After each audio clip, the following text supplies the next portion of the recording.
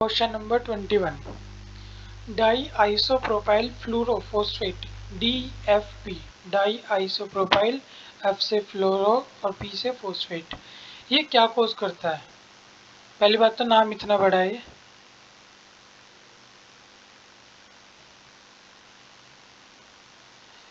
ये जो है डाई आइसोप्रोपाइल फ्लूरोफोस्फेट ये क्या कोज करता है हमारा, ये हमारा सीवियर ग्लूकोमा कोज करता है या सीवियर ग्लूकोमा का कारण होता है। इसके अंदर क्या होता है, जो हमारी जो मसल्स हैं, सिलियरी मसल्स हैं, इनके फंक्शन को डिस्टर्ब करता है एक तो ये, और दूसरा हमारा जो ऑप्थेल्मोलॉजी है, मतलब आईज की बहुत सारी जगह इसका वो है, मतलब कह सकते हैं डिस्टरबेंस होता है। ये क्या करता है सिंपली, मतलब हमने पता तो लग गया है आई से रिलेटेड है। अभी तक की बात में कुछ समझ आया हो ना आया हो, इतना तो समझ आ गया, ये जो कुछ भी बवाल है आई का है, मतलब आई से रिलेटेड है ये जो भी है। अब आई में क्या है ये, एक बार मैं इसे थोड़ा सा और बड़ा कर लूँ।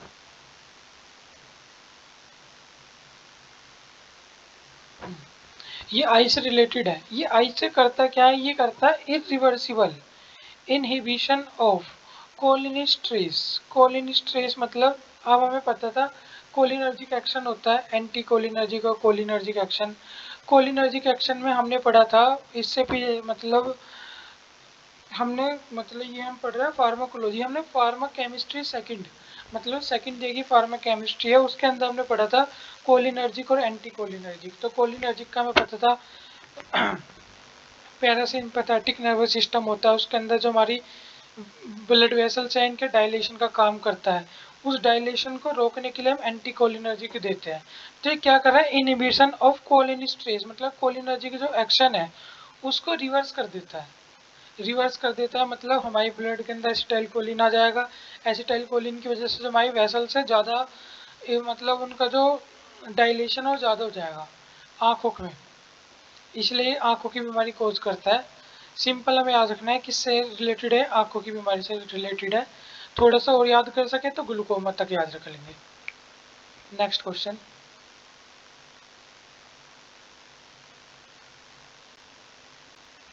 नेक्स्ट कोलिनर्जिक बोथ हैं इनमें, which one of these anticholinergic possess depressant effect on CNS। इनके अंदर से कौन सा कोलिनर्जिक क्या करता है, इफेक्ट प्रोड्यूस करता है, डिप्रेसेंट इफेक्ट प्रोड्यूस करता है CNS में। कोलिनर्जिक ये सारी है, लेकिन ये जो हमारे सी इसके अंदर से कौन सा एंटी कोलिनर्जिक है जो डिप्रेसेंट इफेक्ट कर रहा है हमारे सेंट्रल नर्वस सिस्टम के अंदर। जो हमारा ये होता है डिप्रेसेंट मतलब डिप्रेस करता है हायोसिन, इसकी मेडिसिन आती है हायोसिन ब्यूटाइल ब्रोमाइड। लिखने के स्पेस में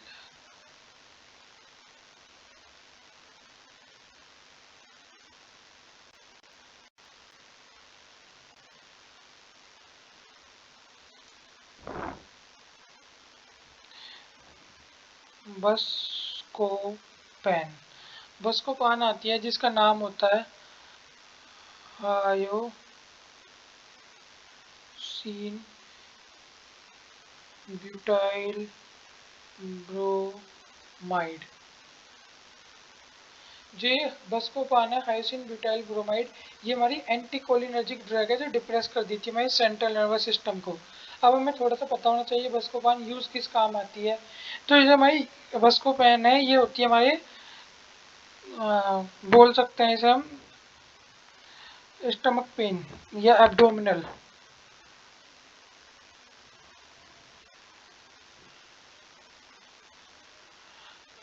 पेन का है।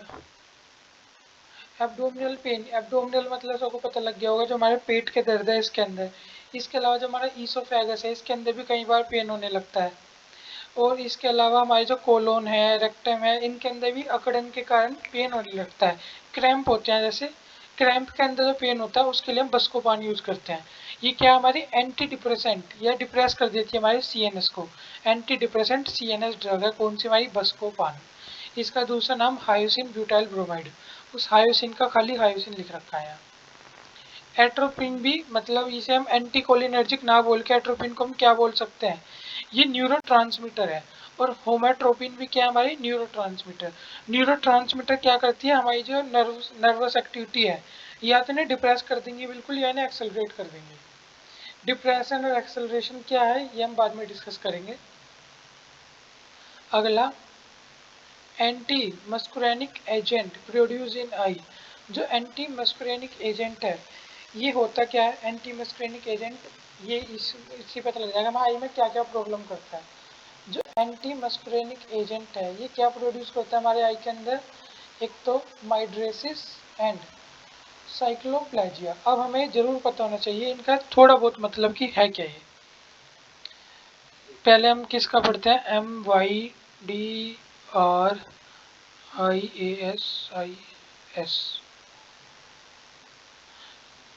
कहाँ गया, सॉरी अभी लिखा ही नहीं।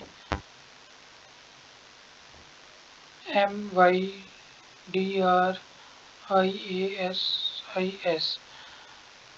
एक तो हो गया हमारा माइड्राइसिस। ये क्या होता है माइड्राइसिस,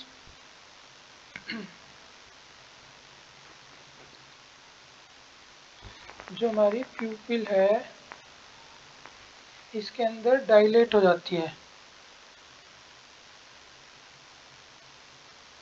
एक्सटेंसिवली।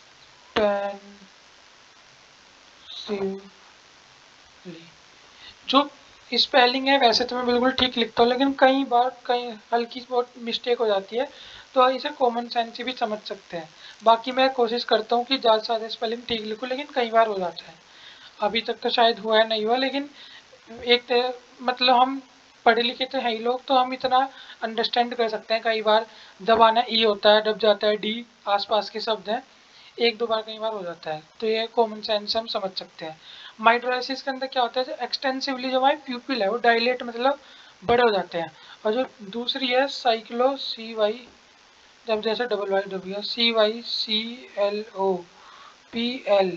इसलिए जब मैं स्पेलिंग लिखता हूँ मैं जानबूझ के तेज तेज बोल के लिख रहा हूँ, ताकि मैं अगर बोल गलत रहा हूँ लेकिन वो सॉरी मैं लिख अगर गलती से मैंने स्पेल गलत लिख दी लेकिन मैं बोल रहा हूँ ठीक, तो अगर कोई नोट्स बना रहा है तो ईजिली बना सकता है। और मैं सबको सजेस्ट करूँगा कि या तो आप इन्हें वीडियो को कई बार रिपीट करें। आपका 16 मई का पेपर है, 16 मई तक आप इन्हें कई कई बार रिपीट करें। या अगर कोई नोट्स बना के लिखना चाहता है तो वीडियो को रोक रोक के नोट्स बना के लिखे प्रॉपर। जो थोड़ी बहुत एक्सप्लेनेशन है आप भी स्टार मार्क लगा के ना एक्सप्लेन करके लिख सकते हैं, ये बहुत ज़्यादा हेल्प करने वाले हैं। और हैंड रिटन नोट्स सबसे अच्छे होते हैं, PDF से ज़्यादा अच्छे हैं। साइक्लोप्लेजिया वो हमें समझ भी आता है हैंड रिटन नोट्स, PDF हमें नहीं समझ आती कई बार। जो साइक्लोप्लेजिया है ये क्या होता है हमारा, जो माइड्रासिस है तो हमारे प्यूपिल को डायलेट कर देता है, और साइक्लोप्लेजिया इससे भी एक स्टेप और खतरनाक है, ये पैरालिसिस कर देता है सीधा। हमें पैरालिसिस नहीं करता, पैरालिसिस ऑफ सिलियरी मसल। जो हमारी आईज के अंदर सिलियरी मसल्स होती है जो कंट्रोल करती है आई बॉल को, कॉन्ट्रैक्शन को, रिलैक्शन को, लेंस को कंट्रोल करती है, कॉन्ट्रैक्ट रिलैक्स को, उसी पैरालाइज कर देगा। और दूसरा प्यूपिल डायलेट हो गया, और डायलेट होने के बाद सिलियरी मसल्स के अंदर पैरालिसिस मार गया। अब हमारी आँख फटी की फटी रह गई। हमारी मतलब जो भी पेशेंट है, हमें तो भगवान करे ना हो कभी ऐसा कुछ, जो पेशेंट है उसकी आँख फटी की फटी रहेगी। अब वो उसकी आइज डायलेट है और प्लस ये पैरालिसिस मार चुका, तो अब उसकी आइज डायलेट हो गई, वो एक ही जगह जहाँ वो दूर की चीज़ को फोकस कर रहा है तो वहीं फोकस रहेगा, वो अपने फोकस को चेंज नहीं कर सकता। जैसे अगर नॉर्मल इंसान है, वो अभी दूर के मतलब बहुत दूर कोई देख रहा है, बहुत दूर कोई चीज़ रखी हुई देख रहा है, एकदम से वो अगर वो उसके बराबर में कोई आ जाए तुरंत वहाँ से ध्यान हटा के उस इंसान को भी देख लेता है ईजिली। लेकिन जो ये पेशेंट है इसकी आइज डायलेट होकर देख ली, इसने जहाँ फोकस बना लिया अभी चेंज नहीं कर सकता, पास दूर पास, जैसे हम पास देख रहे हैं फिर दूर फिर पास फिर दूर, हम तो बदल सकते हैं अपने ये, क्योंकि हमारी सिलेरी मसल्स एक्टिव है, प्लस हमारे जो प्यूपिल्स है वो भी डायलेट कॉन्ट्रैक्ट हो जाते हैं, लेकिन इनके प्यूपिल डायलेट होकर वापस सिक्योरिटी कॉन्ट्रैक्ट नहीं होते और सिलेरी मसल्स काम नहीं करती, तो इनका एक बार फोकस बना वहीं रहेगा, ना ये पास कर सकते उससे, ना ये आगे पीछे नहीं कर सकते। मतलब मेरे ख्याल से समझ गए होंगे। मतलब इसका इसके अंदर होता क्या है, जो आदमी सॉरी जो आईज है एक बार सेट हुई और फिर वो चेंज नहीं कर सकता फोकस अपना आगे पीछे। यही होता है क्या, एंटी मस्कुराइनिक एजेंट, दिखने में भी खतरनाक बीमारी है।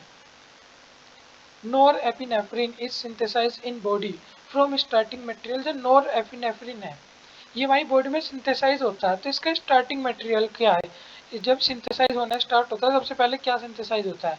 फिनाइलएनालाइन, डोपामाइन, एलेनाइन और ट्रिप्टोफैन।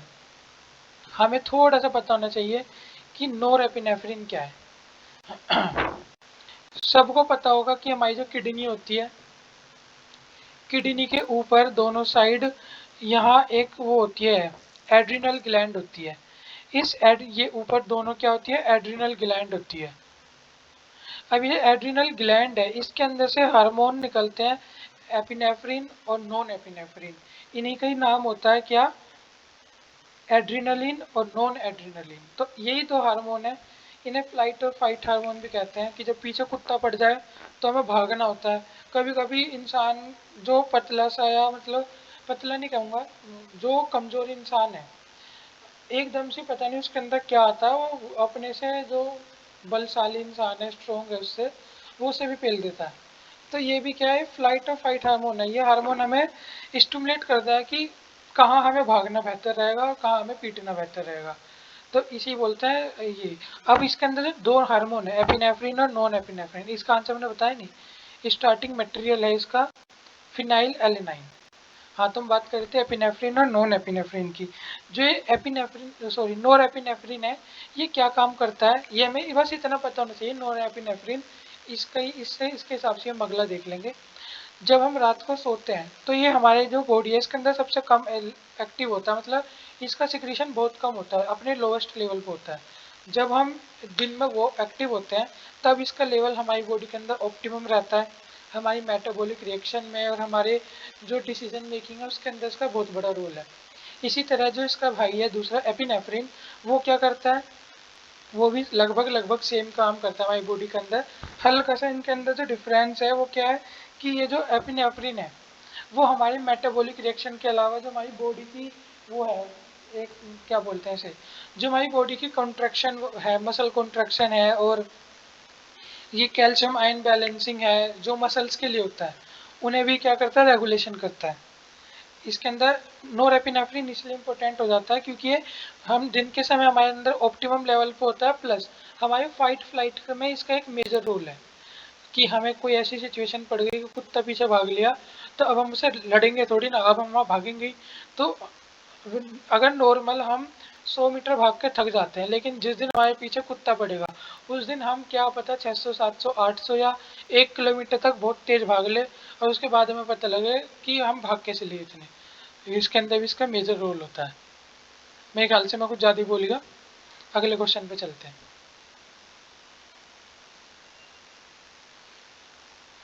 नेक्स्ट है catecholamine is metabolised bye enzyme. जो कैटेकोलामाइन है ये मेटाबोलाइज्ड हो जाता है किस एंजाइम से? जो हमारा कैटेकोलामाइन है ये मेटाबोलाइज हो जाता है मोनो अमीनो ऑक्साइडेज। कौन सा? Mono amino oxidase. अब हमें ये पता होना चाहिए बस हल्का सा, जो कैटेकोलामाइन है क्या है, किस चीज़ से रिलेटेड है? जो कैटेकोलामाइन है रिलेटेड है हमारे डोपामिन सिक्रीशन से, और साथ में जो हम ऊपर पढ़ के आए हैं एड्रिनल ग्लैंड से या एड्रिनल के सिक्रीशन से। इस सिक्रीशन के अंदर दोनों चीज़ आती है, एपिनेफ्रिन भी और नॉन एपिनेफ्रिन भी। तो किस एंजाइम के द्वारा मेटाबोलाइज हो जाता है? मोनो अमीनो ऑक्सीडेज के द्वारा। Next question, which one of these is a ingredient acting on adrenergic drug. इसके अंदर से कौन सा मतलब ड्रग है जो इनडायरेक्टली एक्टिंग करता है किस पे? एड्रेनर्जिक ड्रग पे। First question, sorry first option, ये है हमारा फिनाइल्फ्रिन, ये है एपिड्रीन, आइसोप्रिनलिन और amphetamine and ephedrine. Which one of these is indirect acting adrenergic. Adrenergic drug के अंदर इनडायरेक्ट कौन सा एक्ट करता है हमारा? ये हमारा एक्ट करता है एम्फिटामिन और एपिड्रीन।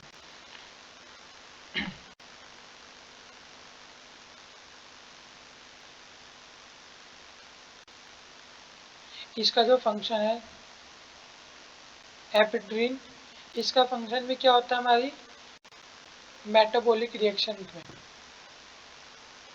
बॉडी के अंदर एनायन कैटायन बैलेंसिंग में भी होता है। और जो सुना होगा कहीं ने कि एनाबॉलिक फेज होती है हमारी बॉडी की, कैटाबॉलिक फेज होती है बॉडी की, उसके अंदर भी इनका बहुत मेजर रोल होता है। Which one of the adrenergic drug increase the force of contraction without increasing the heart rate? अच्छा क्वेश्चन है। इनके अंदर से कौन सा एड्रेनर्जिक ड्रग, और हाँ इसके अंदर मसल कॉन्ट्रैक्शन भी लिख सकते हैं, MC muscle contraction, muscle contraction में भी यूज होता है हमारा ये भी और ये भी।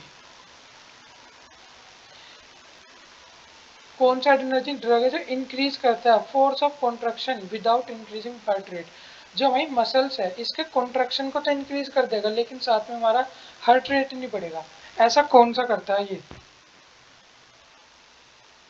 ये हमारा होता है डोपामिन, डोबुटामिन या डोपामिन कुछ ही बोल सकते हैं। Ergotamine is used in migraine because, जो हमारा एर्गोटिमाइन है ये माइग्रेन में यूज होता है, क्यों? बिकॉज मतलब बिकॉज इट कोज, क्योंकि ये क्या करता है, ये वेसो डायलेशन करता है, ये वेसो कॉन्स्ट्रिक्शन करता है, और ये हमारा ब्लॉक करता है 5-HT एक्शन या 5th-HT एक्शन, ये इनमें से कुछ नहीं। तो ये जो एर्गोटामाइन है ये हमारे माइग्रेशन में इसलिए यूज होता है क्योंकि ये हमारी वेसो कॉन्स्ट्रिक्शन कर देता है। वेसो कॉन्स्ट्रिक्शन का मतलब क्या है, जो हमारी ब्लड वेसल्स हैं नैरो कर देता है उन्हें।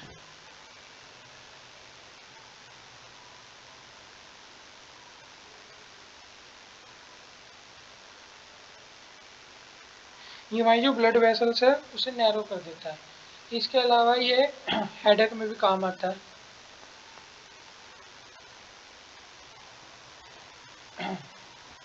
General anaesthetic is useful because it cause, जो जनरल एनेस्थेटिक होते हैं, मेरे ख्याल से एनेस्थेटिक सबको पता होगा क्या होता है। जो जनरल एनेस्थेटिक होते हैं ये क्या होते हैं, यूजफुल क्यों होते हैं? क्योंकि ये क्या कर देते हैं हमारी, हमें बेहोशी में तो ला ही देते हैं, ये तो सबको पता ही है। बेहोशी में तो हर कोई एनेस्थेटिक ले आएगा, ये साथ में हमारी मसल रिलैक्सेशन का काम भी करते हैं, और हमें बेहोशी में मतलब हमारी कॉन्शियसनेस को तो लॉस्ट कर ही देते हैं, हमें अनकॉन्शियस तो ला ही देते हैं। तो इसका आंसर क्या हो गया, सी।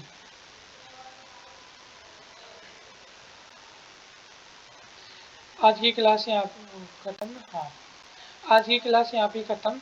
अगर किसी को कोई भी सजेशन देना हो तो दे सकता है, एक सभ्य लैंग्वेज में लिखिए, मैं आपके इस सजेशन पे जरूर अमल करने की कोशिश करूँगा और अपने में सुधार करने की कोशिश करूँगा। Thank you.